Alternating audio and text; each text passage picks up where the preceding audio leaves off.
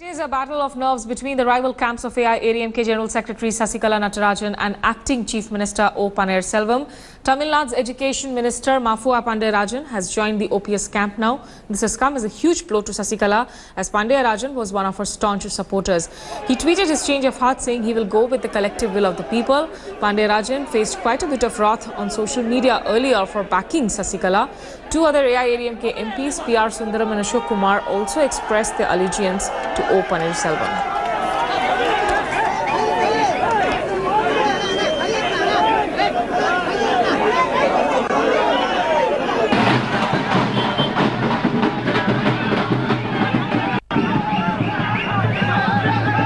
Celebrations here at the OPS camps.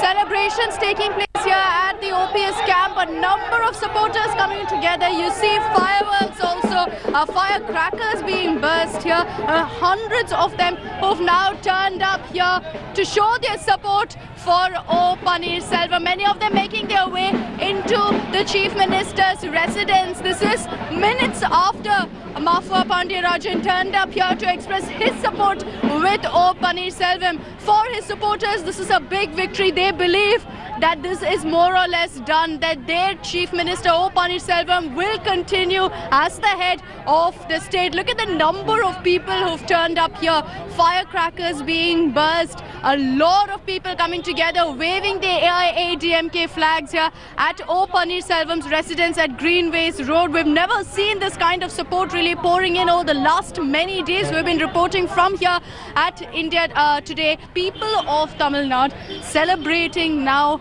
as things are going in his favor. Support pouring in for O. Paneerselvam, not just from the people now, but also from within the party. In the last many days, this is the first time that so many supporters have come together at Paneerselvam's residence in, of course, what they believe is a big victory.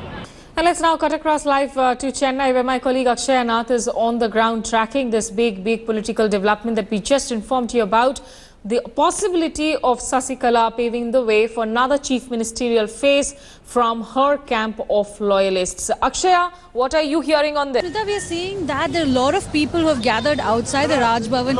Earlier today, we had seen that Sasikala had sent out a request or a letter to the governor stating that it's been more than 7 days since the previous chief minister, who's now the acting chief minister of the state, O. Paneerselvam, had resigned, and his resignation was also accepted by the governor, and she had forcefully said that she and her ministers have to be taken in and sworn in.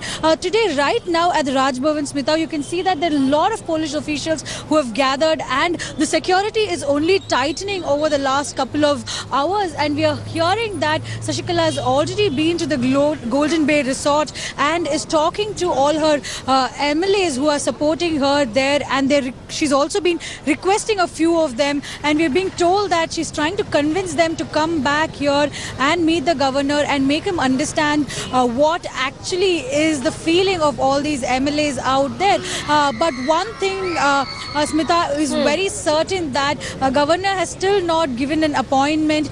We are still waiting for an appointment to be fixed. But the security is beefing up outside the governor's residence just to ensure that there's no uneventful incidents here. You know, but the question then that would be asked is, if Sasikala is willing to pave the way for somebody else as CM, why did this entire, in fact, divide happen in the first place, where Paneerselvam anyways was doing the job of the chief minister?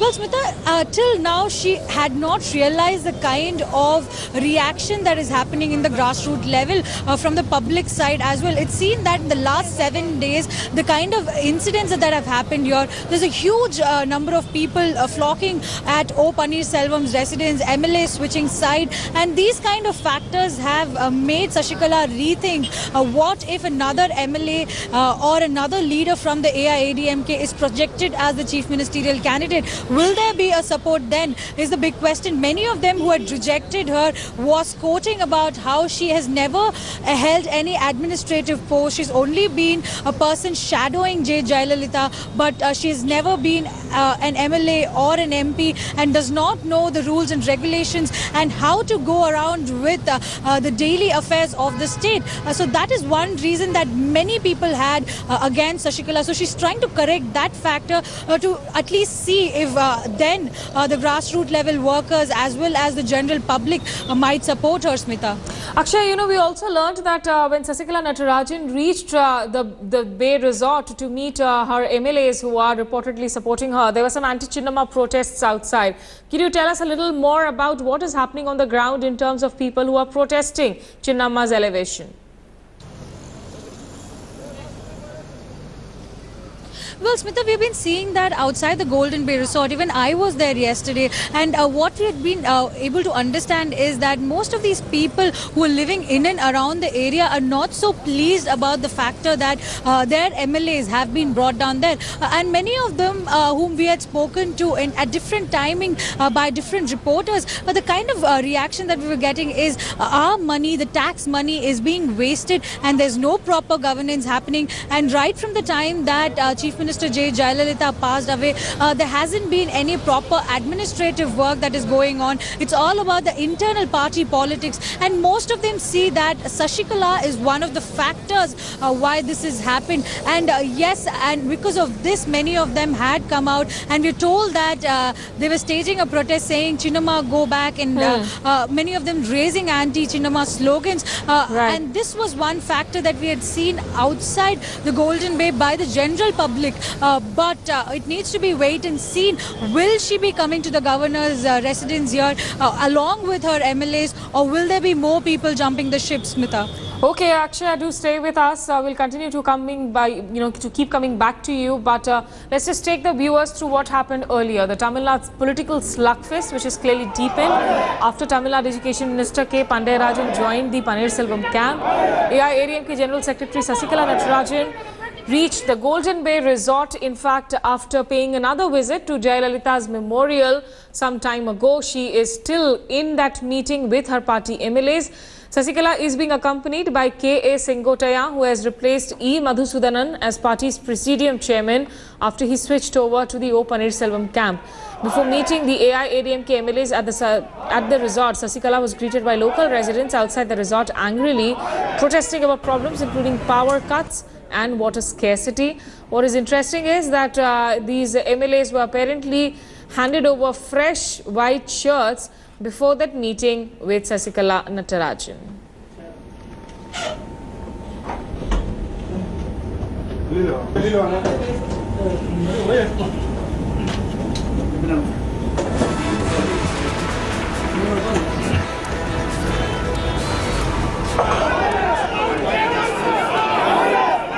Okay, and different political voices coming in on the development, the situation that remains very, very fluid at the moment. Rohini Swami has just spoken to Union Minister Ponnu Radhaswamy on the situation in Tamil Nadu. Let's listen to what the minister had to say.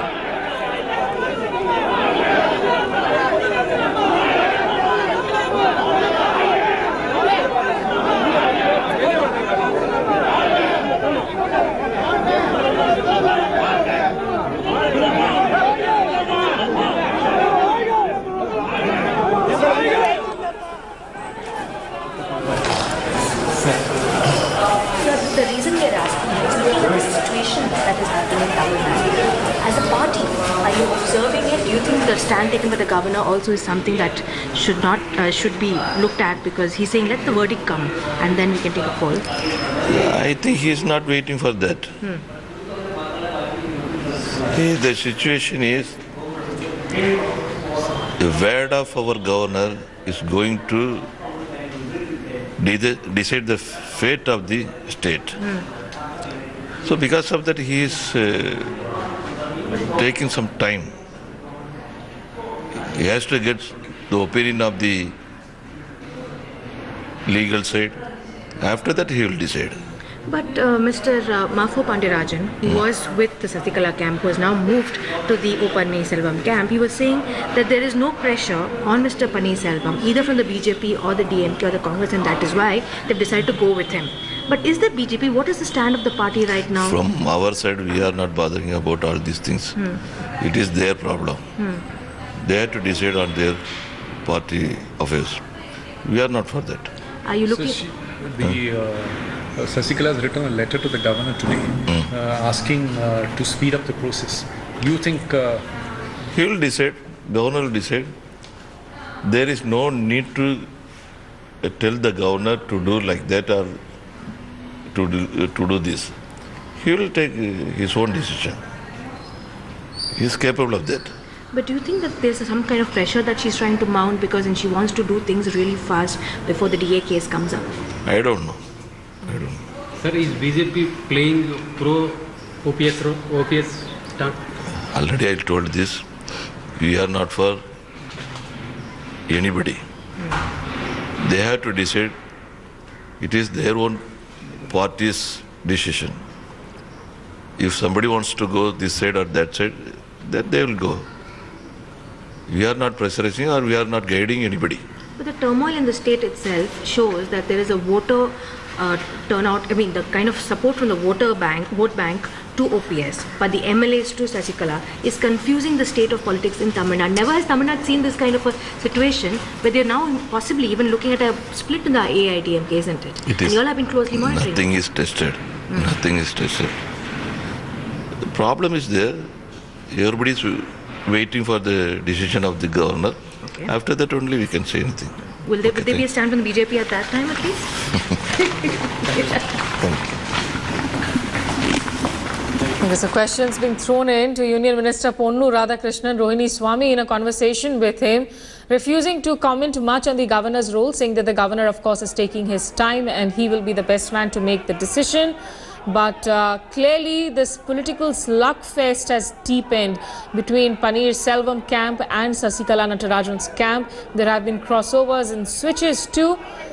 Sasikala Natarajan, remember, is at that resort where supposedly people who are supporting her, the MLAs, which initially was described as some 130, but now the head count has been given as 94. Those MLAs have been huddled for the last 72 hours.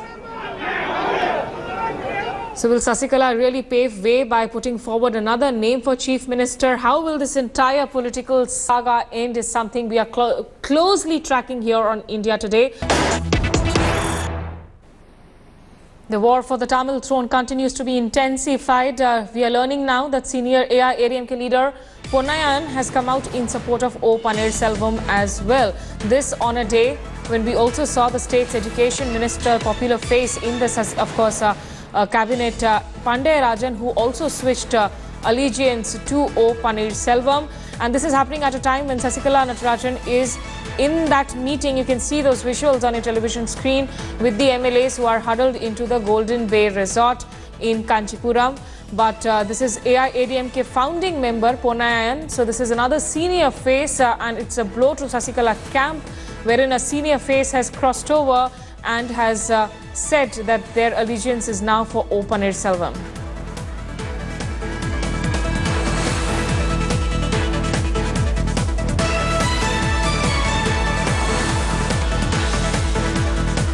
Shiv Arur is now joining us live from Chennai. Shiv Arur, Shiv, if you could, for the benefit of our viewers, explain to us what Ponnaiyan means really to the party and how significant would this switchover be?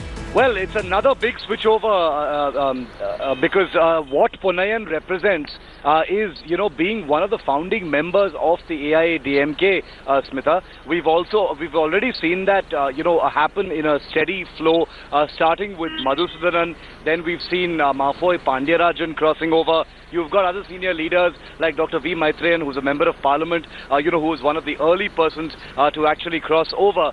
So the steady flow of significant leadership from apparently either the neutral buffer zone or from Camp Sasikala over to the Paneerselvam camp.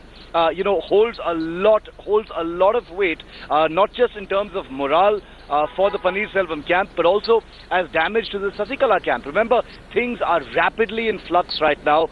We're broadcasting right now from Boys Garden, not very far from where Sasikala lives. But Sasikala herself is not here, as we know. She is at that Kuvatur luxury resort where all of those MLAs are. We understand that meeting with the MLAs is over and she will be departing from there in a very short while from now.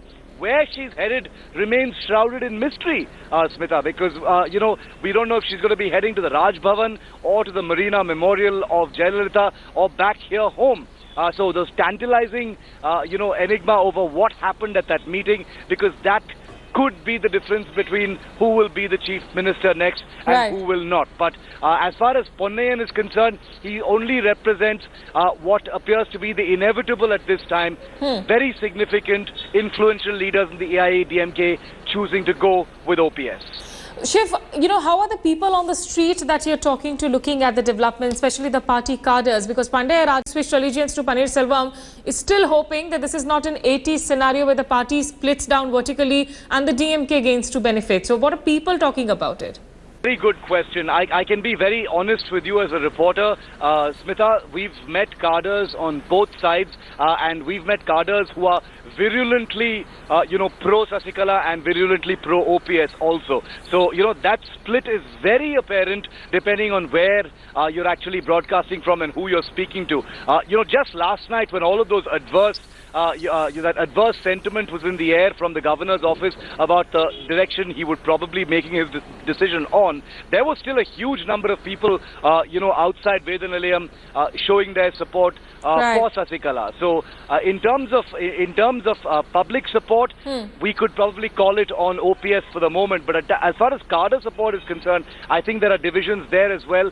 However, as far as splitting the party down the middle is concerned, Smita, I think we've gone beyond the point of no return. I think there is going to be some kind of a split. The damage caused by these two powerful, influential factions warring against each other within the party means that the party is definitely not going to survive this intact. That's a significant assessment coming in from Shiv Arur, of course, who has been tracking the story very closely from the ground, has been speaking to people across the state of Tamil Nadu, suggesting that perhaps, this entire political slugfest within the party has now gone to a point of almost of no return, with some significant damages for sure in the days to come. Shiv Arur, appreciate you joining us from outside of Poyaskaran.